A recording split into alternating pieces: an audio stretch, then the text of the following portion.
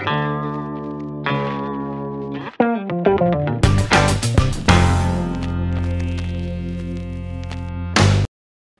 tahu teman kita 2 hari lalu sudah meninggal dunia karena disalib. Dan hari ini dia sudah bangkit lagi pagi-pagi benar. Sedap ya. Dan ini yang dirayakan gitu. Orang bisa ngomong selamat Paskah gitu. Terus kalau mau agak di English-Englishkan gitu, Happy Passover gitu. Terus kalau mau diibrani-ibranikan, Happy Pesak. Ya, Pesak itu kan berarti hidungnya pendek ya. Pesak. Ah iya, itu. Nah, dan ini yang itu ya, kucek-kucek jemur-jemur ya. Ya kan apa penyanyi apa penontonnya dahsyat kan gitu kan, kucek-kucek jemur-jemur udah ganti laundry aja biar cepet. Gitu. Dan hari ini banyak istilah orang orang bikin banyak istilah buat hari kebangkitan Yesus. Tapi gue lebih suka nyebutnya Happy Resurrection Day gitu, hari kebangkitan di mana Yesus bangkit hari ini. Tapi ya bebas lah mau bilang Paskah juga bebas kok, nggak dosa. Sharing firman Tuhan hari ini, gue kasih judul Ada Harga, Ada Rupa. Sebuah istilah yang udah jadul sekali. Ada harga, ada rupa. Kalau mau dibikin lebih panjang, orang bahasa Inggris, orang bule suka ngomong gini, you will get what you pay for. Yes. Gitu, guys. Artinya? Ya sama. Iya. Bersatu kita teguh, bercerai, kawin lagi. Gitu. Oke. Dengan istri yang sama. Gitu ya. Nggak boleh ganti orang. Gitu. Judul hari ini adalah ada harga, ada rupa. Maksudnya, lu nggak mungkin berekspektasi sebuah makanan seharga 20.000, tapi lu mengharapkan porsi dan rasa seperti makanan 200.000. Lu nggak bisa berekspektasi seperti itu, kecuali lu disubsidi. Tapi kita ngomong secara normal, nggak mungkin gitu ya. Lu nggak mungkin gue punya duit nih, banyak. Gitu. Berapa? 100 juta. Wih, banyak. Gue pengen beli mobil, Alphard terbaru. Ya nggak bakal dapet. Ayla terbaru yang nggak dapet, paling Datsun. Gitu. Bukan berarti Datsun jelek, tapi ya kelasnya kan harga-harga segitu. Jangan berekspektasi kelebihan. Jadi ada harga, ada rupa. Kalau kita lihat firman Tuhan di Matius pasal 28 ayat 6, ia tidak ada di sini sebab ia telah bangkit sama seperti yang dikatakannya. Mari, lihatlah tempat ia berbaring.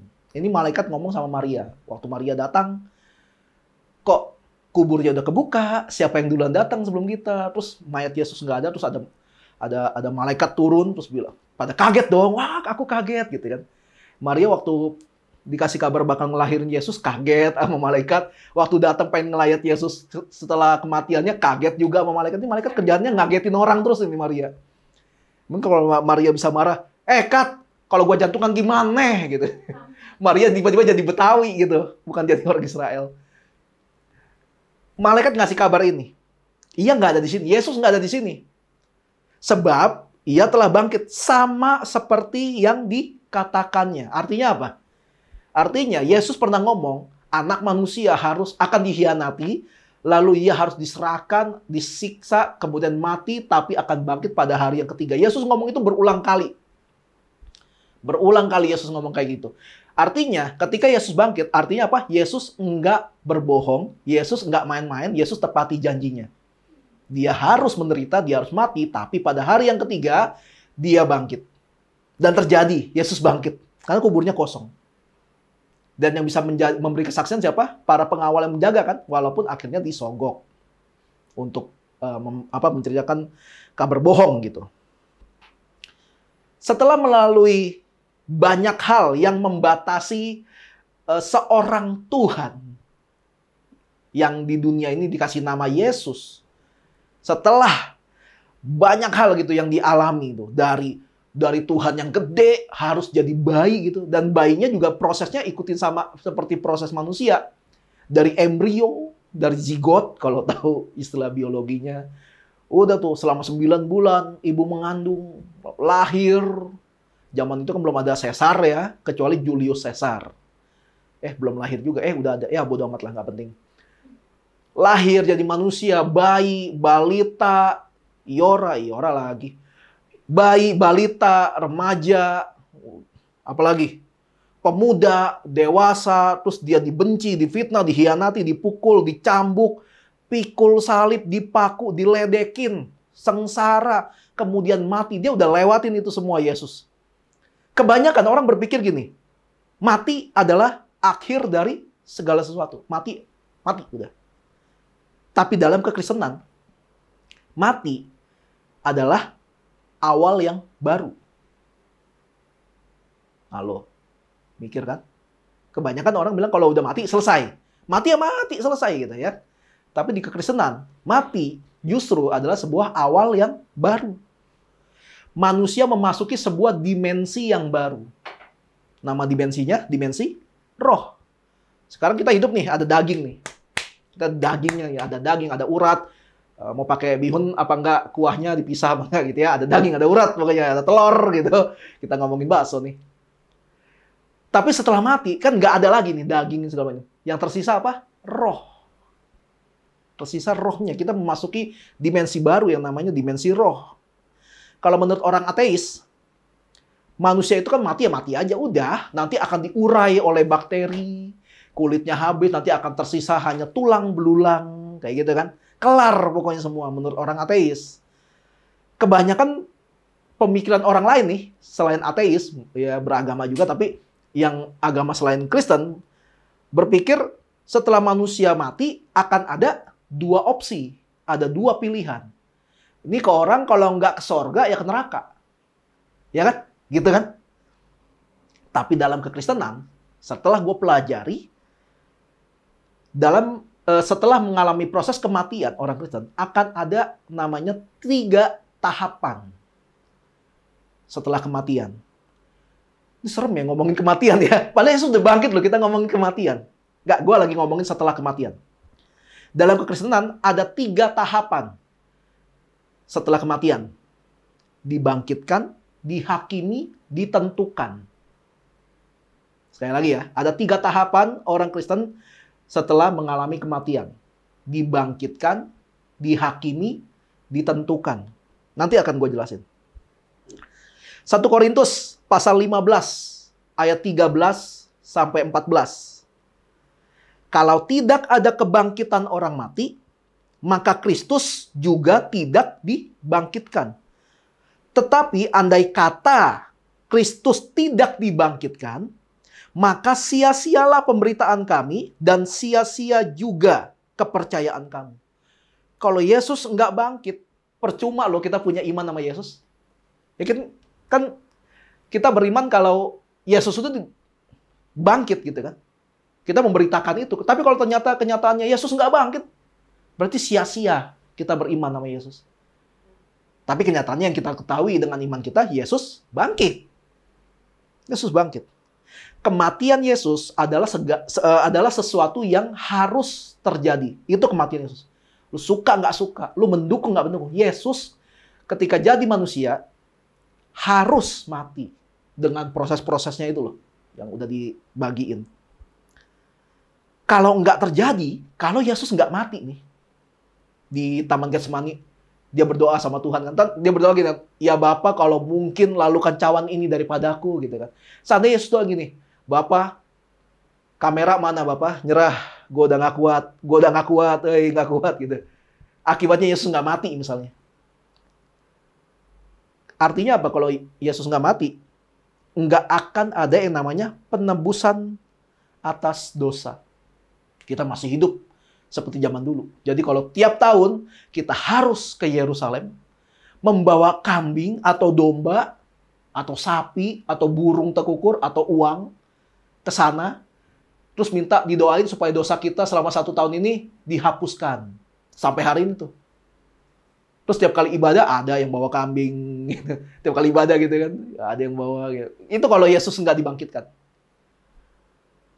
Jadi kematian Yesus adalah sesuatu yang harus terjadi. Tapi kebangkitan Yesus itu juga harus terjadi. Jadi Yesus mati itu harus. Bangkit harus juga. Karena tanpa kebangkitan Yesus, rencana Tuhan tuh gagal total. Kalau nggak bangkit, Yesus udah jalanin nih semua prosedurnya. Dari lahir sebagai manusia, kecil, gede, jadi guru, ngajar, difitnah, dihianati, dicambuk, dipukul, pikul salib, dipaku, sampai disalib, dia mati. Nggak bangkit. Gagal total udah. Yesus berarti nggak berhasil merebut kunci dari alam maut. Akhirnya percuma. Percuma Tuhan datang ke dunia artinya. Tapi Yesus bangkit. Yesus bangkit.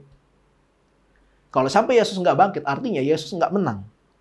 Sedangkan Yesus harus menang atas segala hal. Menang atas penderitaannya dia. Dia berhasil melewati penderitaannya loh. Berhasil dia. Dia nggak nyerah tengah jalan. Dan Yesus menang atas kematian. Yesus mengalahkan maut itu sendiri.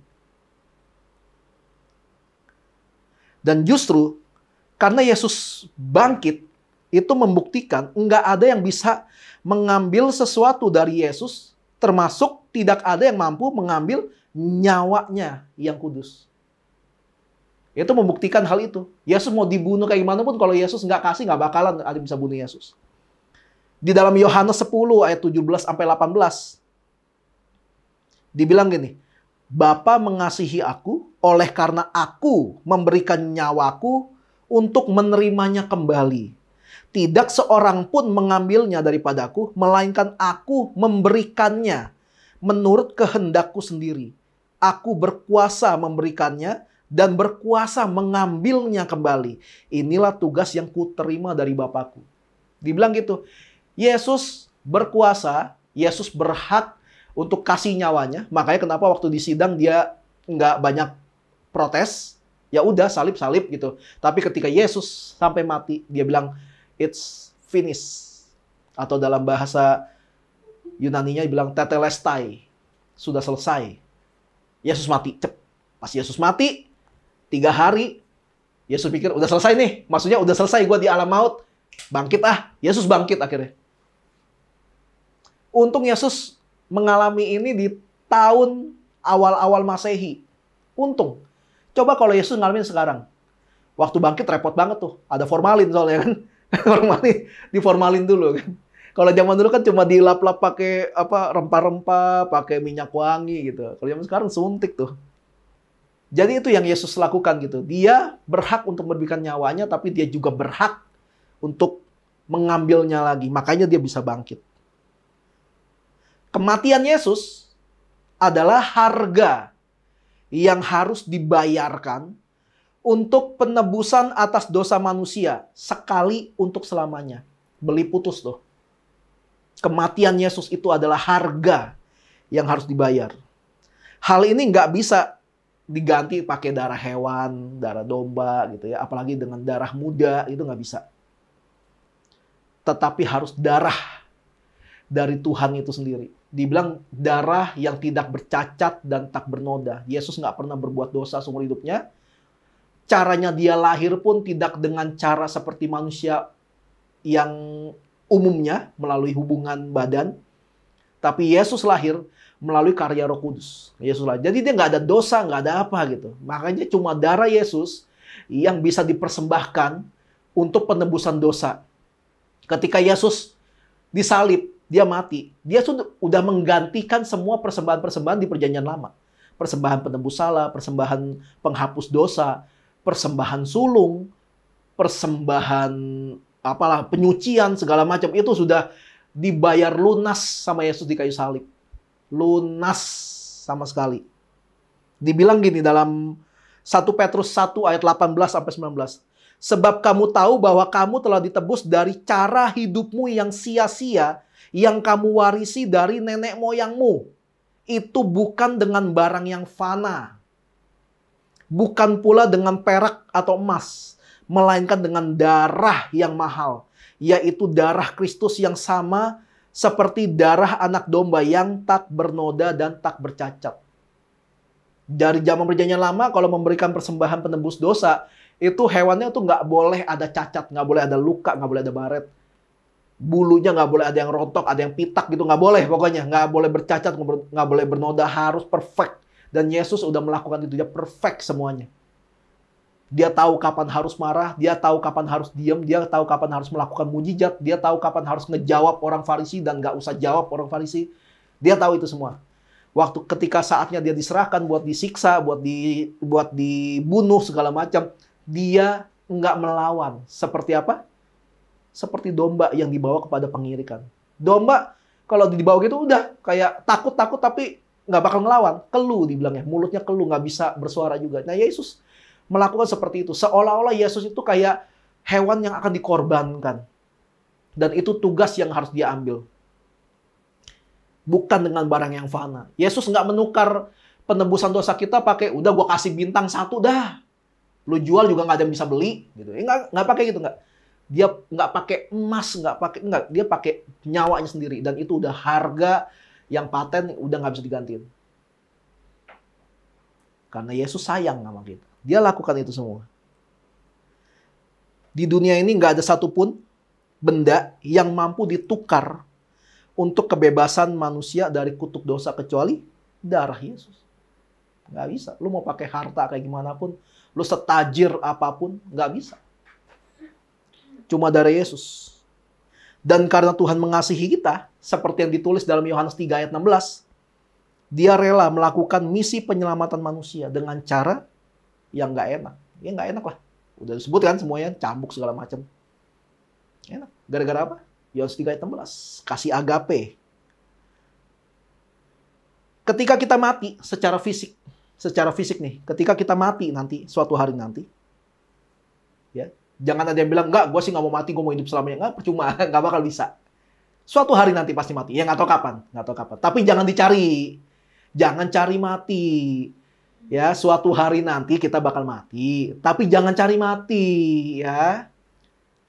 Udah tahu jalan tol, banyak kendaraan lewat ya. Lu malah camping di situ. Iya, mati lah ditabrak. Nggak bisa. Suatu hari nanti kita bakal mati. Tapi jangan cari mati. Ketika kita mati secara fisik, seperti yang tadi gue bilang, ada 3 tahap. Dibangkitkan, dihakimi, ditentukan. Dibangkitkan dari kematian supaya kita bisa menghadap Tuhan. Nggak ada yang bisa menghadap Tuhan kalau bukan roh. Kalau belum jadi roh. Jadi selama dia masih manusia, dia nggak bakal bisa menghadap Tuhan. Musa ketika menghadap Tuhan, disuruh apa? Lepaskan kasutmu. Terus dia juga nggak bisa lihat Tuhan, nggak bisa lihat. Yang bisa lihat Tuhan cuma 1 orang. Selama di Alkitab ditulis ya. Maksudnya, lihat Tuhan benar-benar dengan figur Tuhan yang nggak diganti. Siapa? Adam dan Hawa. Karena mereka masih hidup dalam kemuliaan Tuhan. Tapi Abraham ketemu Tuhan dalam rupa yang lain. Tuhan mengambil rupa. Gitu, ngerti nggak? Tuhan mengambil rupa, tapi bukan rupa Tuhan. Makanya nggak ada yang bisa ngelihat Tuhan kalau belum mati. Jadi kalau ada yang bilang, saya bertemu Tuhan semalam, wow, kok lu masih hidup sampai sekarang? Kayak gitu loh. Jadi nanti ketika kita mati, nanti kita akan dibangkitkan. Bukan tubuhnya, tapi roh kita akan dibangkitkan supaya menghadap Tuhan. Menghadap Tuhan buat apa? Untuk dihakimi. Diadili maksudnya. Diadili atas semua hal yang kita perbuat ketika kita masih hidup di dunia. Kita harus diadili. Ya, disebutin semua dosa kita. Ada jaksa penuntut, ada jaksa pembela gitu tuh. Jaksa pembelanya kebetulan gue udah booking Vincenzo. Jadi biar aman. Jadi setelah sidang jaksa penuntutnya bakal disikat sama dia gitu. Ada mafia jadi pengacara. Kita akan dihakimi. Akan ada yang nuntut nih. Iblis-iblis. Gua tahu apa yang lu lakukan. Gua tahu waktu SD lu mikir apa. SMP lu ngapain. Gua tahu waktu di dalam itu di sendirian lu ngapain. Gua tahu semua ya. Tapi ketika kita hidup benar, jaksa pembela bilang ini. Nih, jaminan dari Yesus ketika dia bertobat. Dosanya udah lunas. Kalau kita bertobat benar-benar. Tapi kalau kita cuma jadi Kristen doang, ke gereja aja, tapi nggak ada nilai-nilai pertobatan, ya tuntutan dari iblis itu akan berlaku buat kita. Kenapa? Nggak ada jaminan keselamatannya, karena nggak ada Roh Kudus hidup dalam kita. Cuma title aja nih Kristen, title doang. Kita akan dihakimi. Setelah dihakimi, baru ditentukan. Oke, apakah lu masuk surga atau masuk neraka? Atau Tuhan akan menempatkan lu di tempat yang bukan surga, bukan neraka? Kan ada tuh Yerusalem baru, bumi yang baru, segala macam lah. Itu keputusannya Tuhan. Gua belum pernah mati, jujur aja, jadi gua nggak tahu apa yang akan menjadi keputusan Tuhan nanti. Tapi nanti kita akan diputuskan akan kemana. Setelah dihakimi itu. Tapi, kalau kita menyerahkan diri kita pada Tuhan, kita berserah nih sama Tuhan. Kayak tadi tuh. Ku berserah penuh. Kita menyerahkan diri kita sama Tuhan dalam penyertaannya Tuhan, dalam pemeliharaannya Tuhan. Harusnya kita itu hidupnya mengikuti teladan Kristus. Harusnya kita harus hidup seperti Yesus hidup. Artinya apa? Yesus hidup untuk memberikan nyawanya. Ya kan? Kita hidup bagi Kristus untuk mati. Kalau Yesus itu mati karena menanggung dosa kita, kita harus mati untuk meninggalkan dosa kita. Nah, berat nih. Jangan nanti cari mati dulu. Ntar dulu. 2 Korintus 5 ayat 17 bilang gini. Jadi siapa yang ada dalam Kristus, ya udah berserah sama Yesus, barang siapa ada dalam Kristus, ia adalah ciptaan baru. Yang lama sudah berlalu, sesungguhnya yang baru sudah datang. Masih belum nanggap? Tahu konsep baptisan nggak? Kan Nopi udah dibaptis nih. Ini juga dibaptis nih. Jadi ngebaptis diri sendiri nih, ya kan? Gitu. Udah baptis kan? Prosesnya gimana dibaptis? Lo berdiri kan? Terus nah, mereka sebutnya ditenggelamkan, padahal dicelupin. Ditenggelamkan terus diangkat lagi kan? Nggak ditenggelamkan terus ditinggalin kan? Iya kan? Nggak gitu kan? Lo ditenggelamkan diangkat lagi kan? Artinya apa sih? Ketika ditenggelamkan itu artinya kita dikubur, kita mati. Kita mati gitu atas dosa kita. Tapi ketika diangkat itu artinya kita dibangkitkan bersama dengan Kristus. Makanya dibilang kita yang lama sudah berlalu, yang baru sudah datang. Artinya gini, kalau misalnya kita sebut karakteristik orang itu. Ketika kita menerima Kristus sebagai Tuhan dan Juru Selamat, harusnya gua yang dulunya mungkin ngambekan, sekarang enggak. Gua lebih ridho gitu. Gua yang dulunya sebagai orang yang tukang nuntut, sekarang gue jadi orang yang pekerja keras. Gue yang dulunya mungkin doyan main cewek, sekarang gue doyan main laki. Enggak, sekarang gue udah hidup normal gitu. Gue hidup normal. Ya pokoknya semua yang buruk di masa lalu, ketika kita berserah sama Tuhan, ketika kita menyerahkan hidup kita sama Tuhan, kita jadi ciptaan yang baru. Harusnya jadi ciptaan yang lebih baik, bukan jadi yang lebih buruk. Dan gue lucu sama orang-orang yang suka bilang, kita harus berbeda dari orang dunia ini. Kita nggak boleh salah. Malah jadi lebih parah. Kan ngawur gitu. Berarti dia nggak dalam Kristus gitu. Jadi arti baptisan itu gitu. Kita mati bagi Kristus. Kita bangkit untuk Kristus. Makanya Paulus bilang gini, hidupku bukanlah aku lagi, tapi Kristus yang hidup dalamku. Makanya dia berani bilang, hidup bagi Kristus, mati adalah keuntungan. Untung gue kalau mati mah. Ya bukan cari mati. Yesus mati di salib adalah harga yang harus dibayar untuk penebusan dosa kita atas dosa. Gue selalu ngomong gini, kematian Yesus itu adalah harga. Karena ketika Yesus mau melakukan upaya penebusan manusia atas dosa, kata menebus manusia dari dosa itu bahasa apa? Bahasa jual beli kan. Livi kalau ke Pegadaian pernah naro cincin, gelang, emas atau segala macam. Ketika ada duitnya buat ngambil, bilangnya apa? Pak, saya mau tebus kalungnya kan. Lu nggak bakal bilang, Pak, saya mau tebus kwitansinya kan, nggak gitu kan. Makanya salah kalau ngomong Yesus datang untuk menebus dosa. Salah. Yesus datang untuk menebus manusia dari dosa. Livi datang untuk menebus kalungnya dari Pegadaian. Nah, kayak gitu kurang lebih tuh. Jadi hati-hati pemakaian katanya. Ya gitu doang kok ribet. Enggak, hati-hati apa yang kita ucapkan. Lu mau serius atau enggak serius, Apa yang udah lu ucapkan, itu akan keluar. Hati-hati dengan apa yang kita ucapkan makanya. Selama kita hidup membawa nama Kristus, ada harga yang harus kita bayar supaya bisa hidup bebas dari dosa. Selama kita hidup membawa nama Kristus, ada harga yang harus kita bayar. Ketika kalian sadar, kalian malas baca Alkitab. Dan mungkin alasannya masuk akal dan bisa diterima. Alasan kenapa sih lu nggak baca Alkitab? Alasannya tuh masuk akal dan bisa diterima. Ya mungkin capek. Misalnya, capeknya bukan capek-capekan, enggak. Benar-benar capek gitu. Mungkin ngantuk. Mungkin pusing. Bayar harga. Paksa diri untuk tetap baca Alkitab. Mungkin ada kalanya kalian males buat ikut family gathering. Kayak, sekali-sekali lah. Nggak ikut gitu. Misalnya gitu. Padahal kita family gathering juga sekali-sekali ya. Kalau sekali-sekali tuh sekali-sekali nggak ikut. Nggak sekali-sekali itu. Misalnya sekali-kali lah nggak ikut family gathering gitu. Enakan jalan-jalan gitu. Happy-happy atau alasan lain yang masuk akal. Gitu. Masuk akal. Dan bisa diterima. Bayar harga. Untuk nggak menghindari pertemuan ibadah seperti yang ditulis di Alkitab. Bayar harga. Mungkin capek dan stres gitu ngurusin nih rumah. Nggak ada yang muji, nggak ada yang perhatiin, nggak dilihat orang. Bayar harga. Tetap lakukan. Karena Bapak itu ngeliatin terus. Bapak itu perhatiin terus.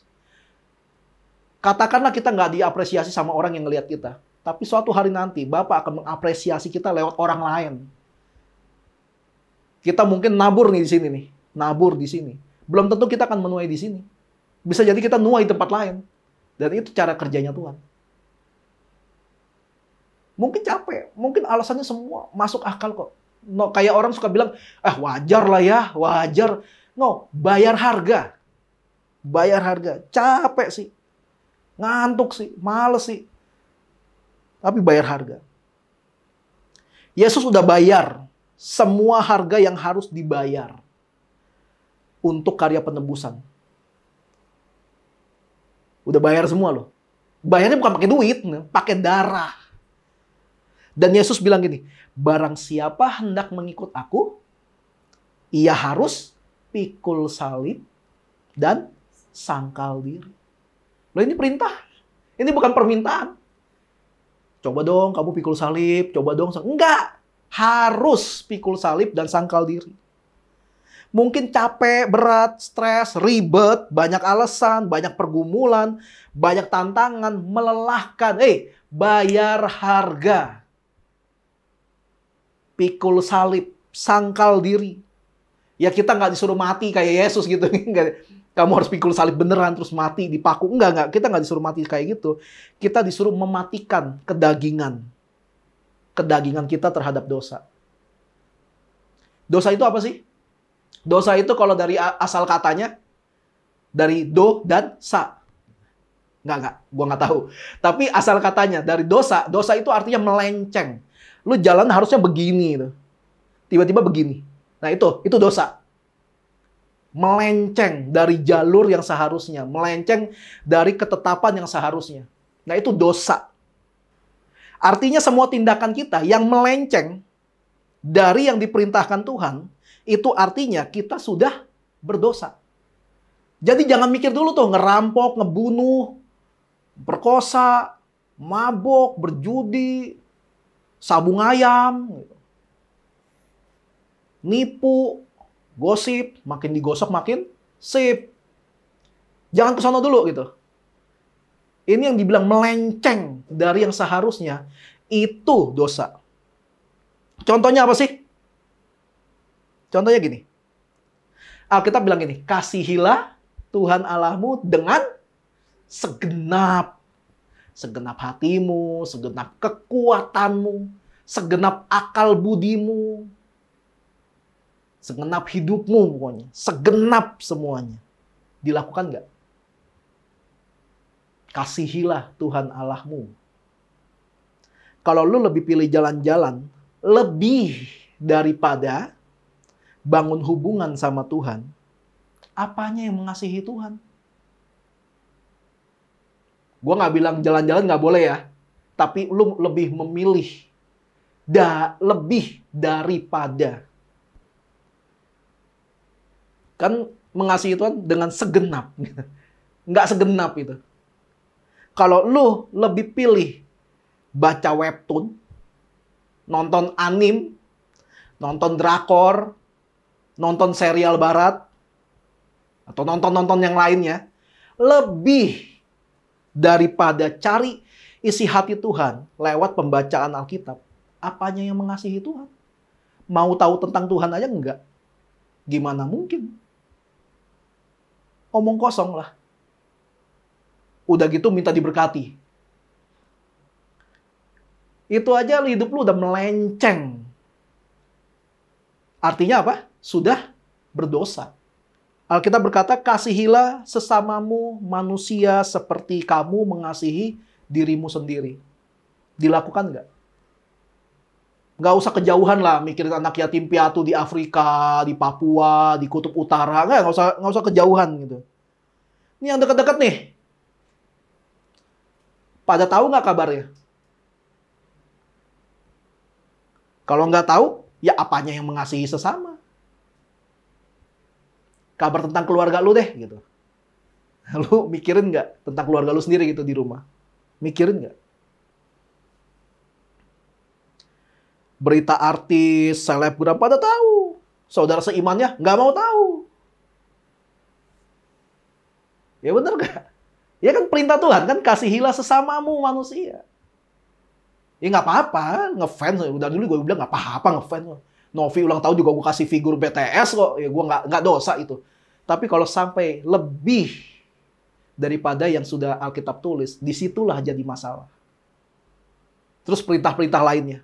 Jangan menjauhi pertemuan ibadah, bersepakat dalam bersekutu, saling mendoakan, saling mengaku dosa, merenungkan firman Tuhan siang malam, hidup dengan adil, pergi jadikan semua bangsa murid Kristus, dan lain-lain itu udah banyak banget.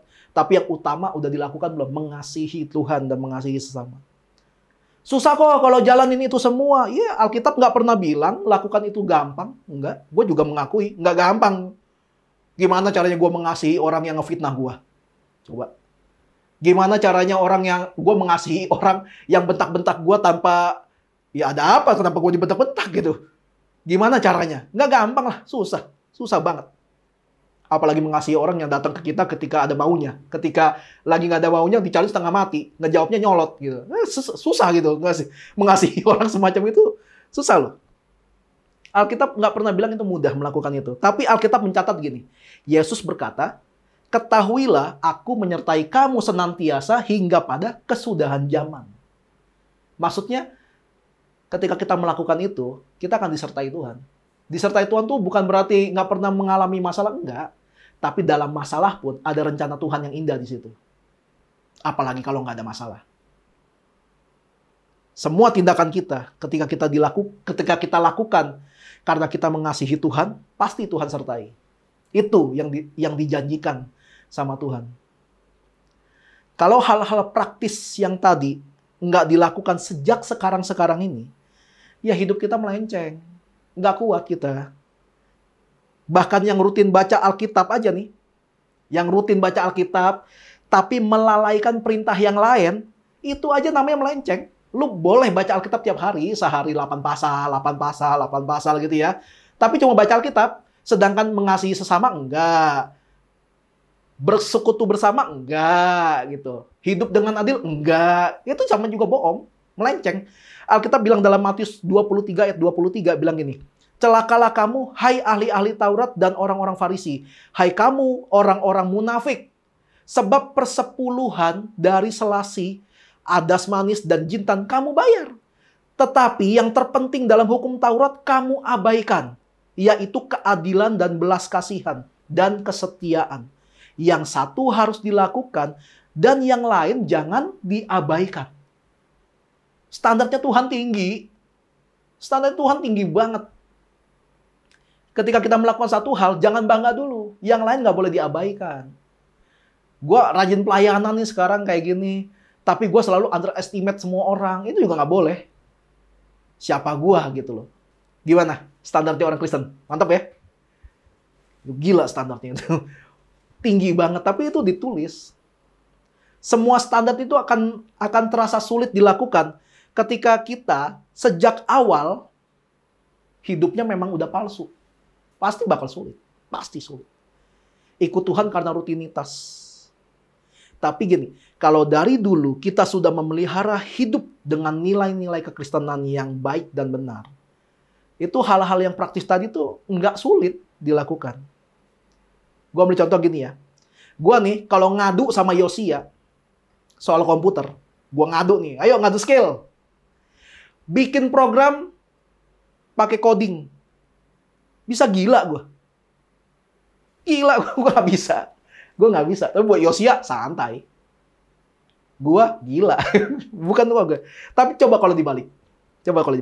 Coba Yosia ngadu sama gue, ngedit video dengan standar sinematik Hollywood. Berikut dengan transisinya, jumlah bitrate, frame rate-nya, terus dengan color grading tepat. Gue rasa dia yang gila. Gue rasa begitu. Padahal sama-sama pakai komputer. Tapi beda. Bedanya kan? Kenapa gitu? Karena dia sudah terbiasa di coding dan di programming. Terbiasa. Gua terbiasa di video editing. Kalaupun sampai stres karena hal itu, kita menikmati stres itu. Si Livi seandainya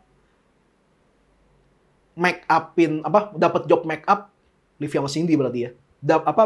Make up itu hanya ketika dapat klien. Hanya baru mulai make up, baru megang kuas nih ketika dapat klien. Tapi ketika nggak ada dapat klien, dia nggak pernah megang kuas. Akibatnya apa? Ketika ketemu klien yang tonggosnya minta ampun, ini gimana tuh? Matanya satu gede banget, satu kecil banget, itu gimana caranya? Gitu. Pasti pusing. Kenapa? Karena nggak pernah latihan, nggak terbiasa gitu. Nggak terbiasa.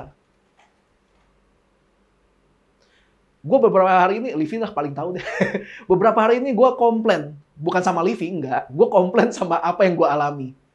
Stres banget gitu loh. Bisa, kayak bisa ngamuk segala macem. Sampai-sampai si Livi ngerasa gue lagi marahin dia. Padahal, iya juga ya. Gue sih nggak bermaksud. Tapi kan karena ucapan gue terkesan sedang marahin dia, akhirnya orang lain yang dengar, kayak Livi dengar, kesannya kayak gue marahin dia. Gue menyalahkan dia atas keadaan yang gue terima. Gitu. Kesannya kayak gitu. Tapi gue mikir, iya, karena itu gue berusaha untuk gini loh. Ya udah nikmatin aja.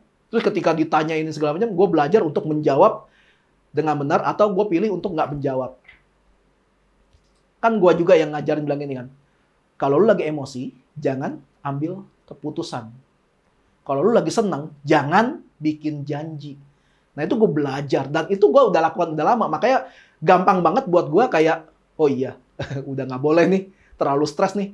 Ini kalau si Livi ngomong keras dikit ke gue, bisa urusannya berantem nih. Makanya gue langsung kayak, udah, jangan ini lagi. Itu sebabnya kenapa hari ini seperti ini kondisinya. Gue nggak pakai video yang dibikin proper, karena kalau gue lakukan, stres gue akan menumpuk dan sangat menumpuk dan nggak akan baik hasilnya. Nah, kenapa gue bisa lakukan itu? Karena dari dulu gue sudah membentuk karakter gue seperti ini. Gue tahu nih, kemarin kita ada pembicaraan kan sama Jen, sama Nei, sama Novi. Jangan deh. Gitu. Ini pasti gue bakal kepancing. Kalau udah kepancing, wah udah. Gue takut apa yang gue ucapkan akan menjadi salah dan menyakiti orang. Jadi mendingan nggak deh gitu. Nah itu gue bisa berpikir seperti itu karena dari dulu gue udah melatih diri seperti itu. Itu juga yang akan kita alami kalau kita sudah membangun hidup kita dengan nilai kekristenan yang benar sejak dulu. Stres sih, tapi bisa dinikmatin. Stres pasti. Nggak ada pekerjaan yang nggak stres. Si Hansel ngurusin 4-4 kemarin juga stres pasti. Tapi dinikmatin. Ya iya dinikmatin. Cuan! Gitu. Cuan! Kayak kembang api kan. Cuan! Gitu ya. Kalau kita sedang menikmati sesuatu yang enak, kita kan seneng kan ketika menikmati itu kan. Ya kan? Entah itu kita menikmati makanan enak, atau gadget keren, kita nikmatin, hiburan gitu, atau tempat rekreasi, kita menikmati semuanya. Gitu. Kita enjoy, gitu. Kita suka. Yang bikin gak enak apa? Bayarnya. Betul gak? Betul ya? Gila, ini enak banget nih steak nih. Wagyu kelas 12. Wah, gila. 100 gram. 100 gram gak gede loh. Nopi juga makan satu, habis 100 gram. Kecil gitu soalnya. Gua nggak, kurang. Kalau makan steak 100 gram kurang. Enak banget ini. Apalagi kalau dibikin sama koki hotel bintang 5 gitu. Wah, enak. Pas bayar, berapa? Ya, 700.000. Bapak kami, steak 100 gram. 700.000. Ya nggak enak kan? Nggak enak. Tapi tetap dibayar. Kenapa? Karena udah dimakan. Udah dinikmati. Semua yang namanya bayar itu selalu nggak enak. Bayar SPP, bayar cicilan. Bayar apa lagi sih? Bayar uang popok, uang susu. Nggak enak. Bayar-bayar gitu tuh nggak enak. Tapi toh, pada rela bayar kan? Kalau udah milih untuk menikmati itu semua, lu suka nggak suka, harus lu bayar. Betul ya? Harus lu bayar. Rela nggak rela, bayar. Tetap lu bayar. Berkat Tuhan, penyertaan Tuhan, perlindungan Tuhan, keselamatan dari Tuhan, anugerah Tuhan, semuanya pasti kita mau nikmatin. Tapi masa nggak mau bayar? Tapi emang benar semua itu dikasih Tuhan gratis. Gratis, Tuhan nggak bilang bayar, enggak. Semuanya gratis.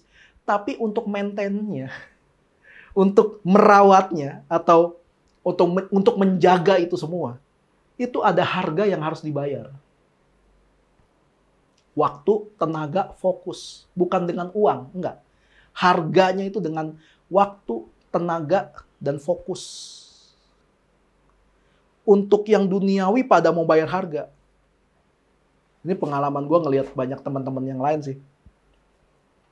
Untuk yang duniawi, semua pada mau bayar harga. Ke Singapura, ke Universal Studio, mahal tapi bayar. Ke Bali, wah tiket mahal nggak apa-apa. Yang penting have fun, bayar. Sebutin lah semuanya. Itu buat yang duniawi, semua pada mau bayar harga. Tapi yang katanya buat Tuhan, katanya Raja kita, katanya pencipta alam semesta, katanya juru selamat, katanya tanpamu aku nggak bisa hidup, pas disuruh bayar harga, ngondek. Kamu mau ikut aku? Iya Tuhan, kemanapun aku ikut. Baca dulu Alkitab sehari 3 pasal. Ya capek ngondek. Gimana sih? Katanya Tuhan, katanya buat Tuhan, katanya kasih yang terbaik. Katanya dia pemilik hidup kita, tapi nggak mau bayar harga. Jadi kayak ada yang aneh gitu. Ini apakah orang ini keselak biji congklak? Gue nggak tahu kenapa. Pokoknya aneh aja gitu. Matikan daging kita dari dosa. Bangkitkan hidup kita untuk Kristus. Menang atas dosa. Semua ada prosesnya. Semua ada harganya. Bayar harganya. Walaupun sakit, walaupun capek, bayar harganya. Karena nanti akan indah pada waktunya. Dan kita akan menerima hasilnya. Karena ada harga, ada rupa. Amin.